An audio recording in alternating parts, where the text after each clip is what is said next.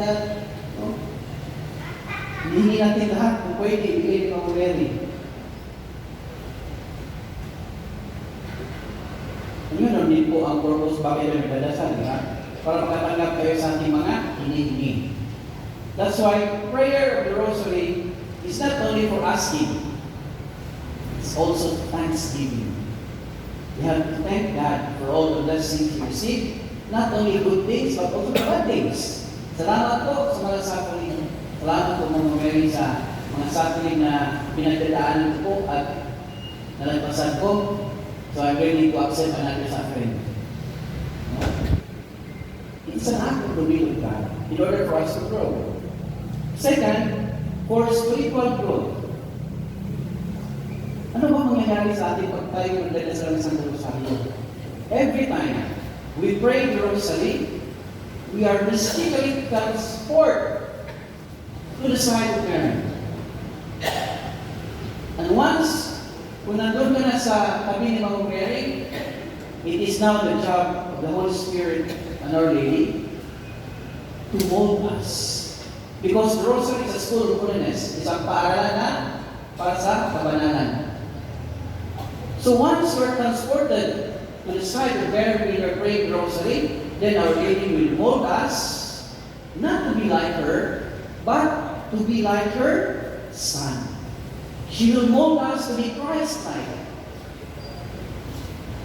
That's why every time you pray the Rosary every day, you're going to the school of holiness.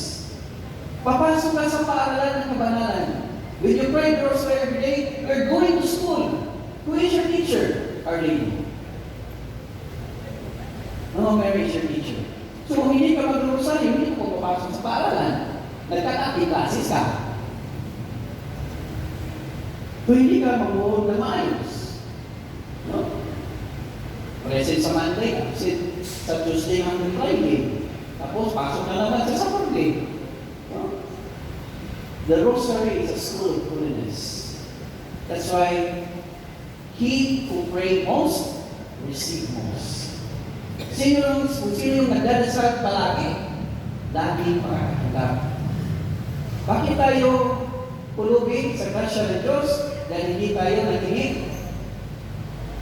According to Dita Jacinta, before she died, sinabihan na si Sister Lucia. Kasi Our Lady is telling Lucia that soon I will bring Jacinta and Francisco to heaven. No? So that day, dinala ko talaga si Lucia sa time na kukunin natin yung mga pinsan. Mauna, siya yung matitira dito sa mundo. Sabi ni Jacinta kay Lucia, since you will be staying here a little bit longer, tell everyone, sabihin mo sa mga tao, if you want to receive graces from God, they have to ask it to the Immaculate Heart of Mary. Because Jesus has entrusted it to her. So, in-entrust na ni Jesus sa kanyang nanay ang pagbibigay ng grasya. Kaya nga tinatawag natin si Mama Mary, full of grace. Puno ng grasya. Umaapaw ng grasya, hindi nababawasan ng grasya, hindi mauubos ang grasya, full of grace, umaapaw ng grasya. So if you want to receive grace from God, na hindi tayo mahindian, go to Mary. Always remember, we have a mother. Mothers knows best. Mama Mary knows best. And when we pray the Rosary, do not just pray with your lips, pray with your heart. That's the essence of prayer. Because praying of the Holy Rosary is the prayer that can open the heart of our Blessed Mother. Once your heart also will be open, then all your faculties will be open. Bakit? Ano bang itatransmit ng heart? What is the way? Isang bagay na may transmit ng heart. Pag ginagamit ito ng ayos. Ano? Love. If you have love, all your faculties will be open. If you have great love for God, you want to give.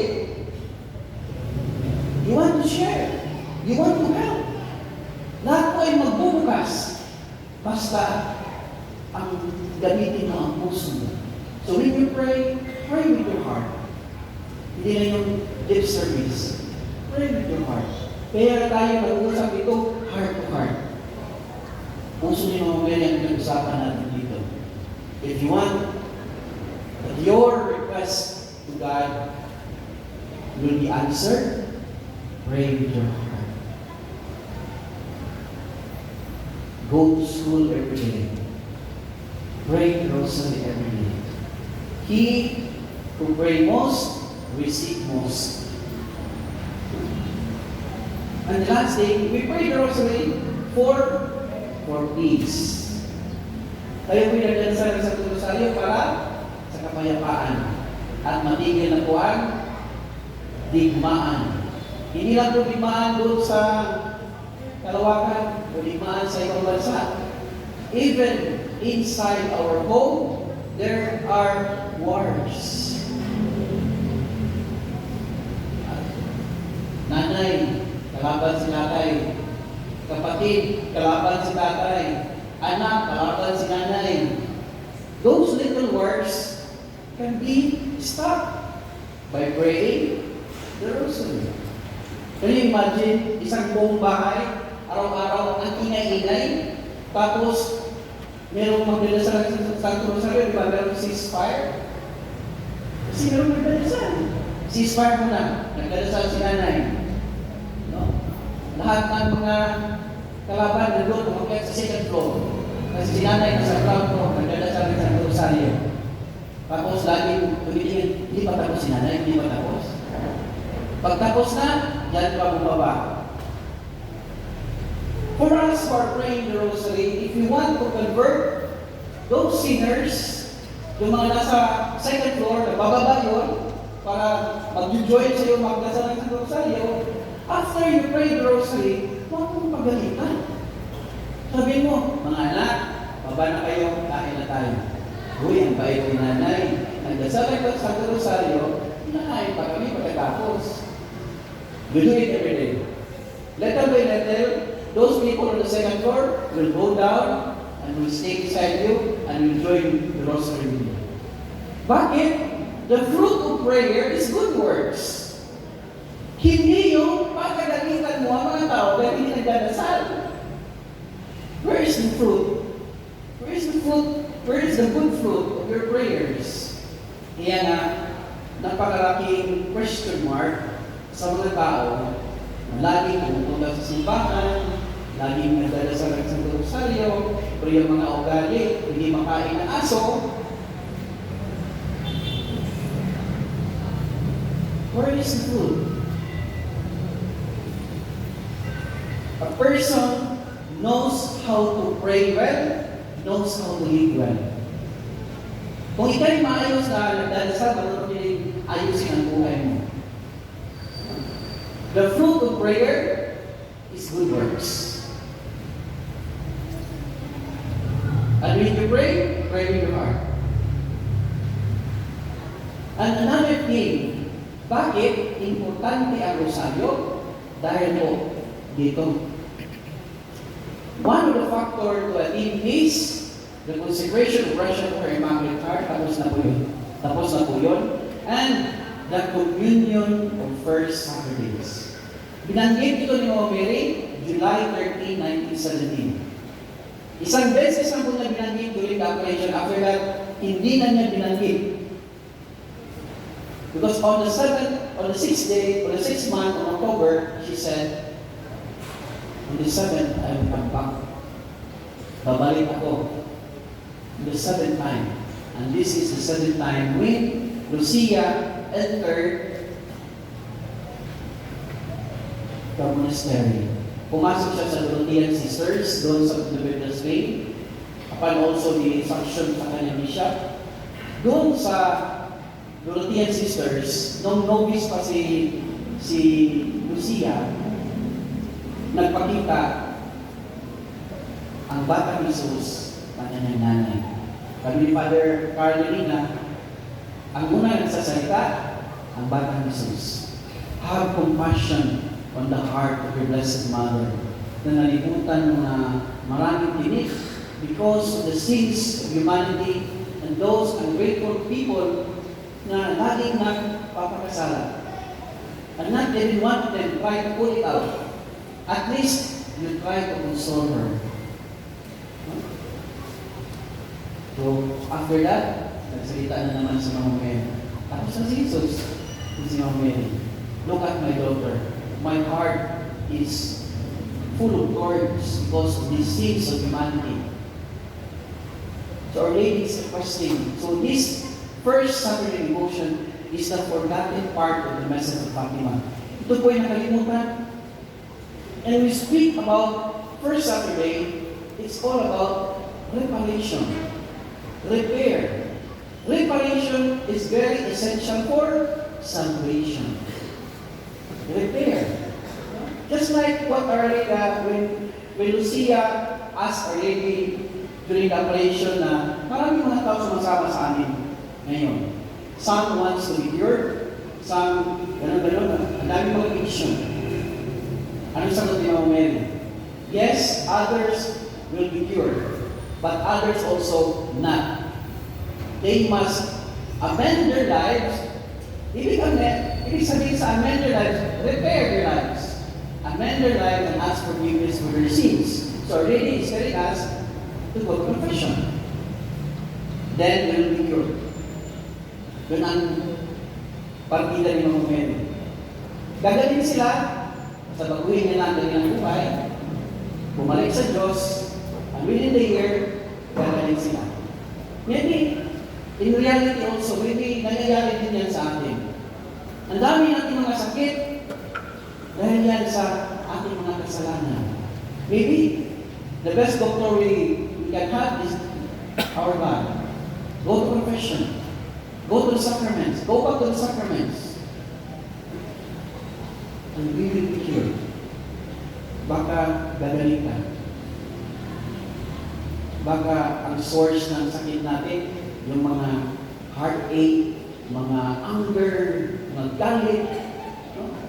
Baka pag matanggal na yan, gagaling ka na. So Our Lady here is talking about reparation. Anong gagawin? Anong gusto ni Mama Mary on the first Saturdays? We had only to do 4 things. 4 na bagay lang ang gagawin natin. Una, go to confession.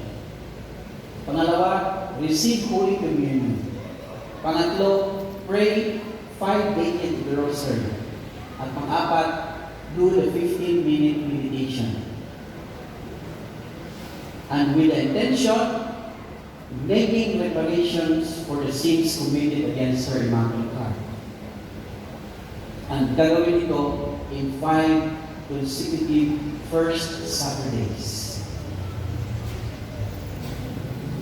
And to those who embrace it, Our Lady promise of salvation.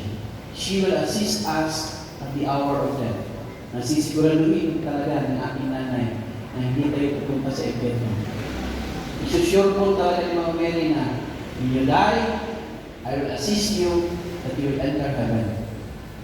It is a great promise for those who want to do the first Saturdays. That is a challenge to each one of us. Now, nabanggit natin kanina, we pray rosary every day to ask graces, right? How many days in 1 month? Iba 30, sa February, 28 lang. Iba 31. Ilagay natin 30 days in 1 month. For 29 days, you pray the rosary asking for graces. Hingi ka na hingi. But Our Lady now is asking only 1 day of the 30 days you have in asking. Every first Saturday, do not ask something for you. Every first Saturday, we give something to Our Lady. Ano yung ibibigay natin every first Saturday? The compassion, the reparation. Because console doesn't matter every first Saturday. That is the essence of first Saturday. For example, meron isang nanay, napakayaman na nanay, may dalawang anak na babae, si daughter number 1 at si daughter number 2. Si daughter number 1, pupunta sa kanyang nanay, Nay, pabili na ganito, pabili na ganyan, bigyan mo ko ng ganito, bigyan mo ko ng ganyan. Si daughter number 2, ginagawa naman, Nay, punta ko dyan, may dala akong pagkain, kain tayo. Nay, punta ko dyan, usap na tayo. Punta ko dyan, Nay, kumustahan tayo, ganyan. Nay, papasya kita, Nay.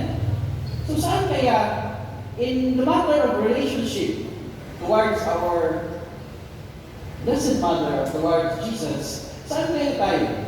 Si daughter number 1, si daughter number 2. Most likely, many of us are daughter number 1. Right? I hope papunta na tayo sa daughter number 2. No? Because we learn about the reparation. The essence of First Saturday is to repair not only our sins, but the sins of the whole world. Reparation. Every time we hear mga kasalanan, sins of humanity, ang mapasok sa isip mo, babayarin na naman ito. Dahil sila gumagawa ng kasalanan, tayo magbabayad. And that is, ang tawag yan? No? The communion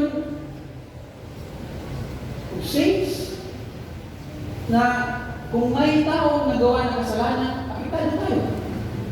Kung meron pong tao dito na nagawa ng mabuti, apektado din po tayo. So kaya, we have to repair the sins of the world by doing the First Saturday devotion. So always remember, when First Saturday came, always remember, we have 4 things to do. 1 intention, 5 consecutive months, and 1 great promise. Every first Saturday, 4 things to do, 1 intention, 5 consecutive months, great promise. It is very important to understand the essence of First Saturday devotion. It is the will of God that we have to console the heart of our Blessed Mother. Always remember, when Jesus is hurt, Mother Mary is also hurt. But if you console our Mother, you're also consoling Jesus. Because si Jesus ay laman ni Mama Mary. Galing kay Mama Mary, ano yung dugo na dumadaloy sa veins ni Jesus, dugo din po yun ni Mama Mary. So kung masasaktan si Mama Mary, masasaktan din po niya lahat. So if you are repairing the sins committed against the heart of our Blessed Mother, we're also consoling her son. So I hope and pray that the reset of the Immaculate Heart of Mary Pontevedra can open our mind, it can open our hearts, so that once our heart will be open, all senses also will be open. No? And everything you do, use your heart. According to St. Augustine, love makes all things easy. Walang imposible sa taong nagmamahal. Hahamakin lahat. Basta ikaw ay totoong nagmamahal. Use your heart in everything you do, and let your good works overflow so that others also can benefit the good works. May Our Lady of the Immaculate Heart of Mary Pontevedra will guide you, will guide us towards her Son. God bless you all. Amen.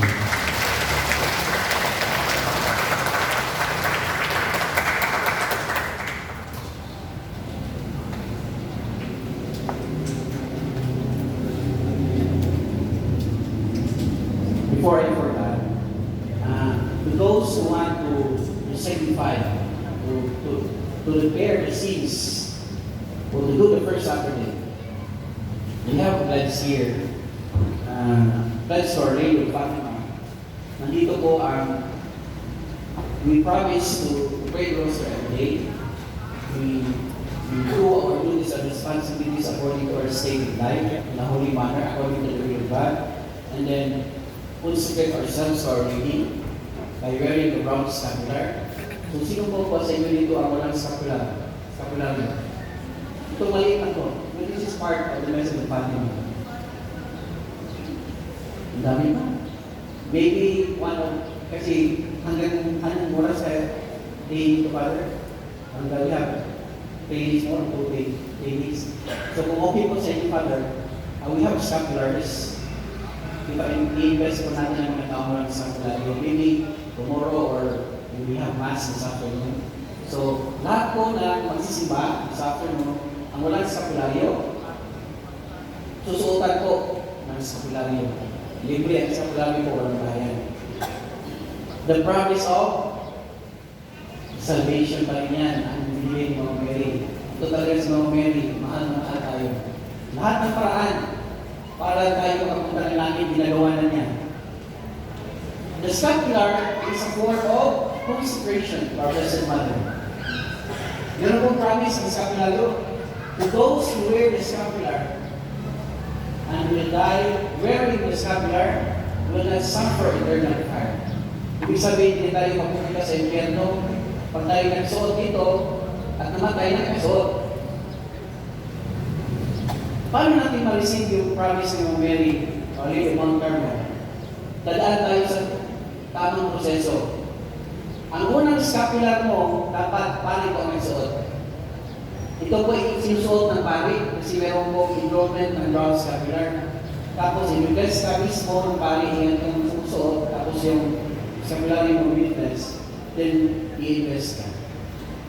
Once nakasuot ka ng scapularyo, do not remove your scapular. Because the promise is, when you die wearing the scapular, Brad, ang maligo, pwede ba kumalik? Pwede ba? Hindi. Kasi hindi mo alam kailan ka kukunin ni Lord. MRT ka. Kinubad mo yung scapularyo pagpapasok sa banyo. Sinabi ko sa pintuan. Pagpasok mo, aksidente, aslide ka. Nabagog ang ulo mo sa inodoro. Patay ka, bata ka. E sinong naligtas? Ang pintuan, hindi ikaw. Kasi doon mo sinabi sa pintuan. So do not remove your scapular. Pinoy, ang Pinoy ay sigurista. Para maputol ito pag mabasa, madayo, o subject for talagang ano siya, sila, no? Pinoy tayo. Bumili ka lang ng 2 scapularyo. Isa, reserva mo. Pag maputol, isuot mo na lang ang scapularyo mo na reserva mo. Huwag ka lang kung makaipader. Kasi tapos nga na-invest ng scapularyo. So once you are being invested in scapular, remember that day. I was invested March 4, 6 p.m. doon sa Radio Fatima sa Lawa. Tatak na yan sa puso mo. I was invested by this day. So kung maputol yung scapularyo mo, bumili ka na ng scapularyo, pag-bless mo kay Father, ano, suot. Okay. To be legit of the promise of Our Lady. Okay? And then, to those who sign this, your name will fly to Fatima, Portugal. Ang pangalan mo, nilipad sa Portugal. Dahil pangalan na lang nakapunta na ng Portugal, susundan na lang ninyo. Soon. No? So at least your name will go to Portugal. At ibabaon, saan? Doon mismo sa apparition site kung saan siya ipakita sa tatlong bata. No? So, when you sign this pledge, you just cut this portion, may maliit na portion, tapos ipasok nyo sa box na ipag-bayad po namin, doon na yung ipasok. Because we will be going to Portugal this coming December, so kami po mismo ang mag-deposito sa pangalan ninyo doon po sa paanan ng mga ngayon. Okay? So, the pledge is available sa mga kasamahan po namin. So, sino ang pwede dito, brother? Pwede ba ang anak ko na nandun sa bahay? Pwede.